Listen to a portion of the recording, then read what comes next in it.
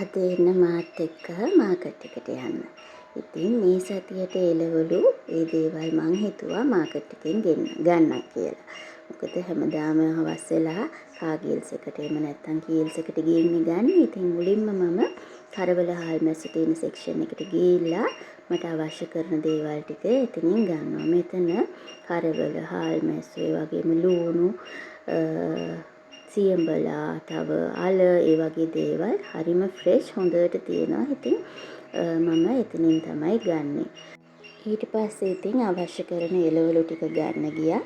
මේ විදියට හරිම ෆ්‍රෙෂ්. ඉතින් මාකට් එකට ගියාම ඔයගොල්ලෝ දන්නවනේ එළවලු ඒම හරිම ආසයි ලස්සනට අඩුක්කු කරලා තියෙනවා. ඉතින් දැක්කම ගන්න ආස හිතෙන විදියට. ඉතින් ඒ වගේ මට අවශ්‍ය කරන එළවලු ටිකත් අරගෙන මාකට් එකට ඉස්සරහා තිනවා මෙන්න මේ මිල්ක් බාර් එක. ඉතින් ඒකෙන් හයිලන්ඩ් කිරි එකකුත් බීලා ඒකේ තියෙනවා සුපෝෂ තව හයිලන්ඩ් ප්‍රොඩක්ට්ස් ඔක්කොම මෙතනින් ගන්න පුළුවන්. ඉතින් ඔයගොල්ලන්ට කන්දානාවට කෙනෙක් ඉන්නවා නම් කිරියම හයිලන්ඩ් කිරියම ගන්න තැනක් නෑ වගේ නම් මෙතනින් ඔයගොල්ලන්ට ගන්න පුළුවන්. ඉතින් ඊට පස්සේ කිරි එකක් බීලා ඔන්නෝම මාකට් එක මැදින්ම අපි දැන් ගෙදර යන්නයි යන්නේ. බලන්නකෝ ඉතින් තියෙන ಜಾති ගොඩ ගියාම ආසයි හැමදේම ෆ්‍රෙෂ් එකට ලස්සනට තියෙන හින්දා. ඊට පස්සේ ඉතින් ට්‍රයිෂ් එකේ යනකොට ඔන්න ලොකුවට වහින්න ගත්තා. ඉතින් උදේම හොඳට පායලා තිබ්බට බලන්නකෝ මේ දවස්වල ඒක පාට වහිනවා, පායනවා, ඒ වගේ ක්ලයිමේට් එකක් තමයි අපිට තියෙන්නේ. ඉතින් ඔයගොල්ලන්ට පෙන්වන්න වීඩියෝ එක ගන්න කියලා ගත්තම ඔන්න බලන්න ජෙලි යෝගට් එකක් අතුරුදහන් වුණා. ඕම තමයි ඉතින් ගෙවල් වල පොඩි අය ඉන්නකොට. ඊට පස්සේ මං අරන් ආවේ මඤ්ඤොක්ක එකක් ගත්තා අද දවල්ට උයන්න. ඊට පස්සේ කරවිල ගත්තා.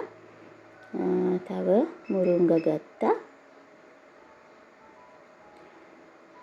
මේ එළවලු ඔක්කොටම 2500 ගාණක් තමයි ගියේ.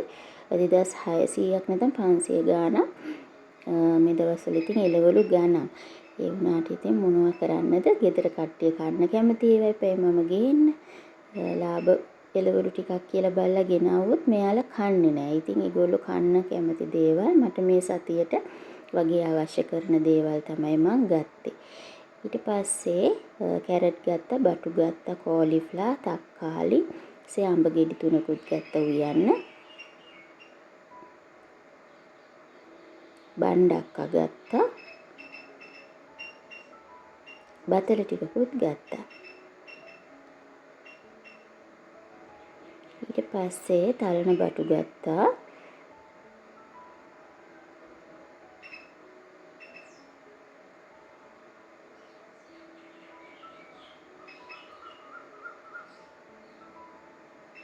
බෝංචි ටිකකුත් ගත්තා. ඉතින් එළවලු ওই ටික තමයි මම ගත්තේ.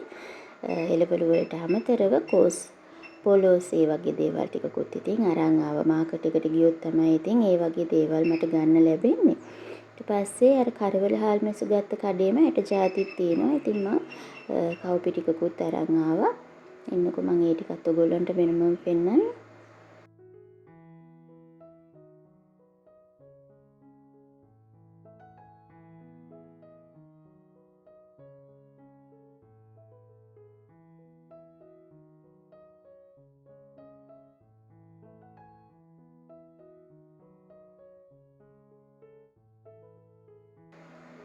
ඒ ටිකට කරවල ඒ ටිකට ගියා 3135ක්. ඉතින් සාමාන්‍යයෙන් මේ පැතිවල දේවල් හරි ගණන්. ඉතින් මම ඔන්න ඔය වෙයි අඟුණ කොළ මේකකුත් ගත්තා. තව 3-5 එකකුයි සූදුරු කුඩු එකකුයි ගත්තා. ඒ වගේම මේ අඹරපු මිරිස් ඔක්කොම ඉවරයි. ඒ නිසා මම දැනට කෑලි මිරිසුයි මිරිස් කුඩුයි ගත්තා. පොල් ගෙඩි දෙකකුත් ගාගෙනම ආවා. ඉතින් මට ලේසියට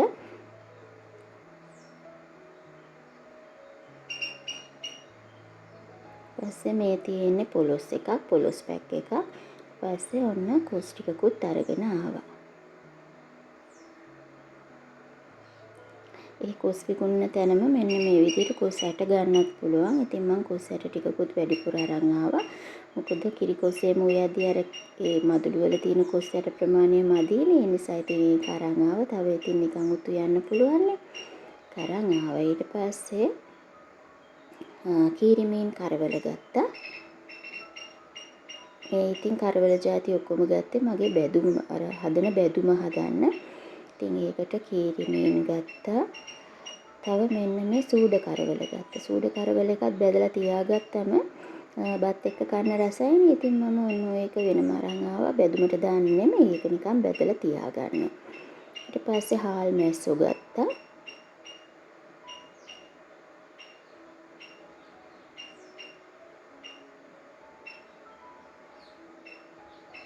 ඒ සැරේ නම් ඉතින් ටිකක් ලොකු හාල් මැස්සෝ තමයි තිබුණේ. ඉතින් ඒ වුණාට මම අරන් ආවා. ඊට පස්සේ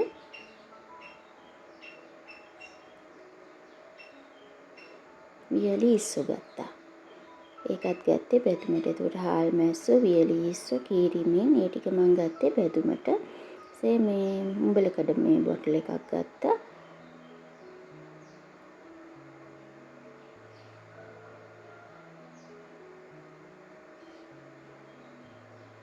රතු ලුණු ගත්තා. රතු ලුණු හොඳ ලස්සනට හොඳ රතු ලුණු තිබ්බින්ද රතු ලුණුත් අරන් ආවා.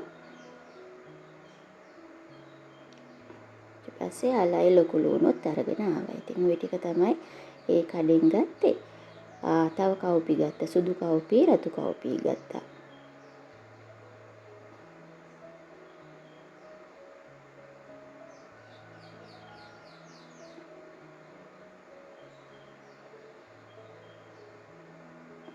ඊට පස්සේ බිත්තරත් එතනින්ම අරන් ආවා. ඒ කරවල කඩේට එහා පැත්තෙන් තියෙනවා බිත්තර කඩයක්. ඉතින් බිත්තරත් ලේසින් එකපාර බිත්තරත් අරන් ආවා. කොස් පොලොස් ඔයගොල්ලන්ට මම පෙන්නුවානේ ඒ ටික. ඊට පස්සේ අර මිල්ක් බාර් එකෙන් සුපෝෂ එකක් ගත්තා. මොකද නැත්තම් අර යන්න ඕනේ අර එහා පැත්තේ මේ ෆැක්ටරි එකටම.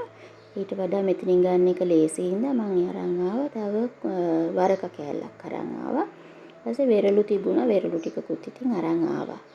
තව සීනි කෙසෙල් අරන් ආවා. ඉතින් ওই ටික තමයි මම ගත්තේ. පළතුරු ගෙදර තියෙනවා. ඒ නිසා කෙසෙල් ඉවර වෙලා තිබ්බා. කෙසෙලුයි වරකයි ඉතින් දැක්කින්ද වරක අරගෙන ආවා. ඊට පස්සේ දැන් ඉතින් තියෙන්නේ එකින් එක ඔක්කොම අස් කරගන්න. ඔයගොල්ලොත් ඉතින් එහෙමනේ බඩු ගෙනාවම සෑහෙන වැඩ ගොඩක් තියෙනවා කරන්න. එළවලු ටික හොදන්න ඕනේ, ඒව පිළිවෙලට අහුර ගන්න ඕනේ. ඉතින් ඒ වැඩ ටික මම කරන්නයි යන්නේ. ඉතින් ඔයගොල්ලොන්ට ඒ කරන අතරේ බලන් ඉන්න ඔයගොල්ලොත් මේ වගේද කරන්න කියලා. ඒ වගේම මොකක් හරි ඔයගොල්ලෝ කරන්නේ නැති දෙයක් මගේ වීඩියෝ එකකින් ගන්න පුළුවන් නම් ඉතින් ඔයගොල්ලොත් කරන්න කරලා බලන්න පහසුවක් ඔයගොල්ලන්ට දැනෙනවද කියලා. ඉතින් බිත්තර ටිකත් ওই විදිහට දාගෙන මම දැන් කරන්නේ පොලොස්සේම ගෙනාවම ඉතින් තියාගන්න බැරි හින්දා මම ඒ ටික හොඳට හොදලා ප්‍රෙෂර් කුකර් එකට දාලා ගොරක ලුණු කහ දාලා තඹ ගන්නවා. විසල් දෙකක් වගේ යද්දි මේ ටික තැම්බෙනවා. ඉතින් මම ඒක තම්බලාම තමයි අරන් තියාගන්නේ. එතකොට මේ මට උයන්න අවශ්‍ය වෙලාවට ඒ ටික උයා ගන්න පුළුවන්. ඊට පස්සේ අතට තෙල් ටිකක් එම දාලා දැන් මේ ලෑස්ති වෙන්නේ වරක ටික සුද්ධ කර ගන්න. ඉතින් මේ වගේ දේවල් දැක්කම මම ගන්නවා. ඉතින් අපිට මේ ගස් එහෙම නැහැනේ. ඉතින් කලාතුරකින් හරි අපි මේවා ඉතින් කන්න ඕනේ. සති මාසෙට එක සැරයක් දෙසරයක් වගේ ඉතින් දැක්කොත් මම අරන් එනවා. මාකට් එකට ගියොත් තමයි ඉතින් ඕවා ගන්නේ. ගොඩ වෙලාවට ඉතින් මාකට් එකට මම යවෙන්නේ නැහැ. ඒ වුණාට දැන් මං හිතන් ඉන්නේ ආයේ කාගිල්ස් කීල්ස් වලින් ගන්නේ නැතුව මාකට් එකට යන්න කියලා බලමු. මාකට් එකට යන්න පුළුවන් වුණොත් ඉතින් මේ වගේ හැම දෙයක්ම අරන් එන්න පුළුවන්. ඉතින් ওই විදියට වරක ටිකත් මම සුද්ධ කර ගන්නවා.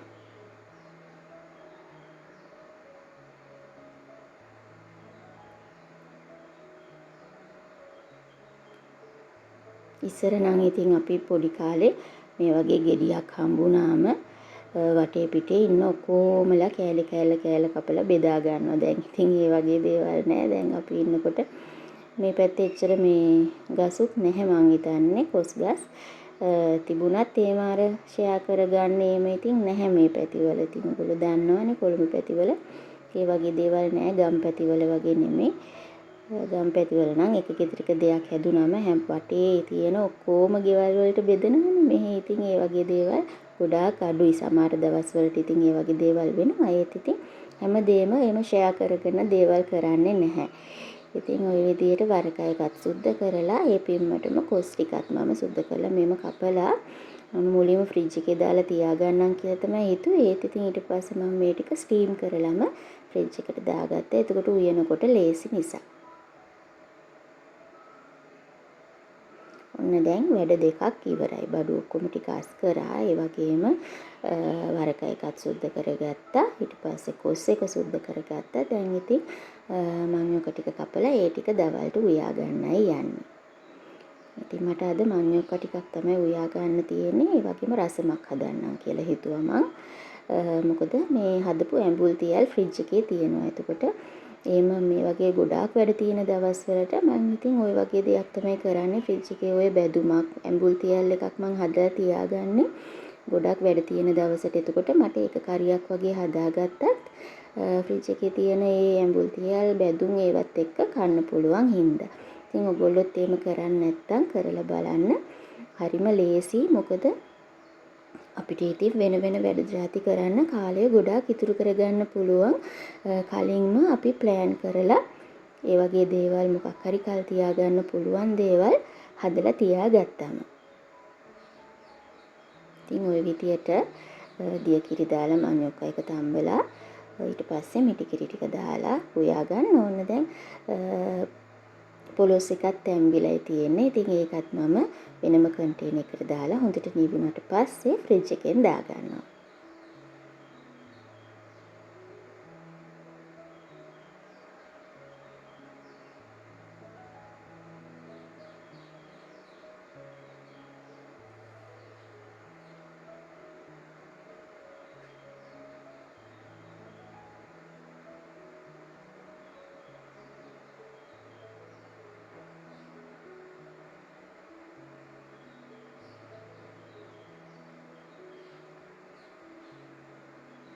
මේ වගේ තම්බලා තියාගත්තම ඉතින් උදේකට වුණත් උයන්න ගොඩ වෙලා කාලය ගත වෙන්නේ නැහැ. මොකද මේ පොලොස් එක තැම්බිලානේ තියෙන්නේ. එතකොට ටක් ගාලා උයා ගන්න පුළුවන්. ඔන්න දැන් බත් එකක් තිබ්බම බත් එක තියලා ස්ටීමර් එකට මේ කොස් ටිකක් දාගත්තා. ඒ අතරේ ඉතින් එළවලු ඔක්කොමත් හොඳට මේ විදියට හොදලා වේලෙන්න තිබ්බා. එතකොට දිය බේරිලා හොඳට වේලුණාට පස්සේ මට බොක්සස් වලට දාගන්න පුළුවන්. ඉතින් මේ මොකද්ද කොස් ඇට එකත් හොඳට හොදලා මම ඕක තියෙනවා. එතකොට පොත්ත පොඩ්ඩක් බුරුල් වෙනවා. එතකොට අපිට සුද්ධ කරගන්න ලේසි. ඔන්න ඉතින් රසම් එක හදාගත්තා.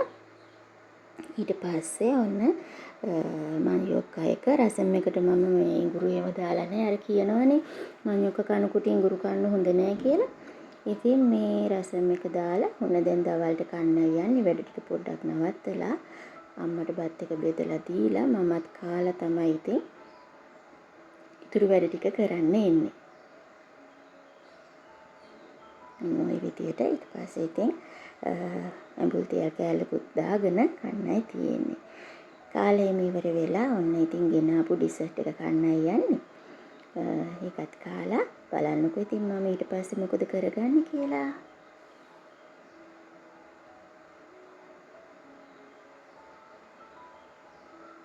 මම ඉතින් වටලප්පන් එක තමයි කන්නේ. අම්මා ජෙලි යෝගට් එක කනවා.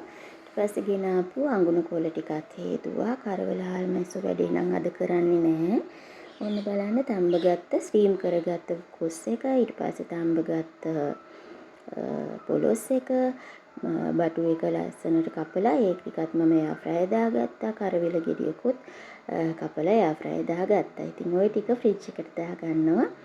පස්සේ දැන් ඉතින් ඔන්න බලන්න මම බොක්සස් වලට ඔක්කොම දාගත්තා. මේම බොක්සස් වලට දාගත්තම ඉතින් කලබලයක් නැහැ. සතිය පුරාවට හැමදේම ලෑස්තිලා තියෙන්නේ. අපිට උයාගෙන යන්නයි තියෙන්නේ. ඉතින් අඹ ගෙඩි එකත් ওই විදිහට දාගත්තා. චුට්ටක් ඉඩ මදි වෙච්ච හින්දා.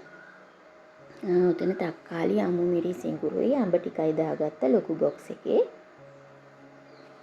ඊට පස්සේ මෙන්න මේ බොක්ස් එකේ දාගත්තේ බතල එකයි තලන බටු එකයි. දැන් මේවා හොඳට වේලලා තියෙන උඩට පේපර් සර්වියට් එකක් දාලා දාගන්න පුළුවන්. මොකද එතකොට අර ලිඩ් එකට වතුර එනකොට ඒ ටික පේපර් සර්වියට් එකට උරාගත්තම එළවලු වලට මොකුත් වෙන්නේ නැහැ. මේ තියෙන්නේ සතිය පුරාට උයා ගන්න ඕන එළවලු ටික. ඒ ටික ඉතින් කපලා පිරිසිදු කරලා ඔන්න ඔය විදියට මම තියා ගන්නවා.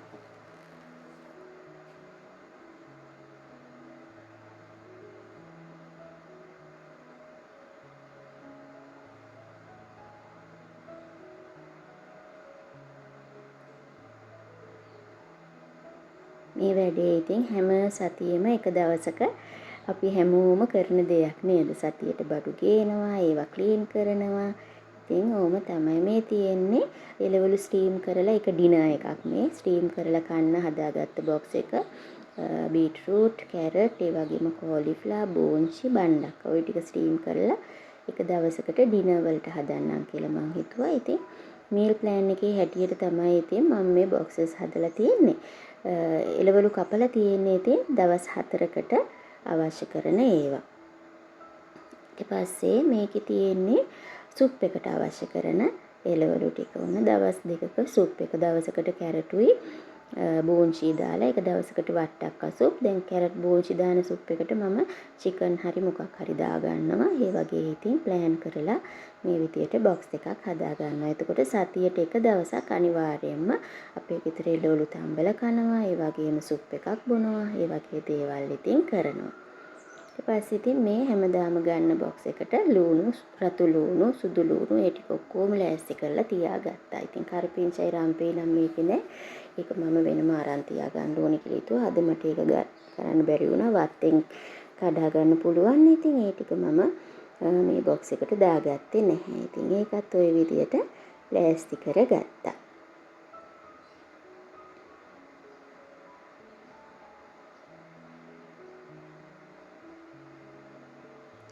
එක දවසකට පැය 2-3ක් වෙන් කරලා මේ දේ කරගත්තම ඉතින් අපිට හරියම පහසුවෙන් අපේ දේවල් කරගන්න පුළුවන්. ඉතින් දැන් සින්ක් ඒරියා එකත් ඔක්කොම ක්ලීන් කරලා කුල ටිකත් වේලෙන්න තියලා දැන් ඉතින් හවස තේ බොන්න මාමලේඩ් ජෑම් එකක් තියෙනවා. ඒකත් එක්ක මායි අම්මයි ටී බන් එකක් කන්නයි යන්නේ.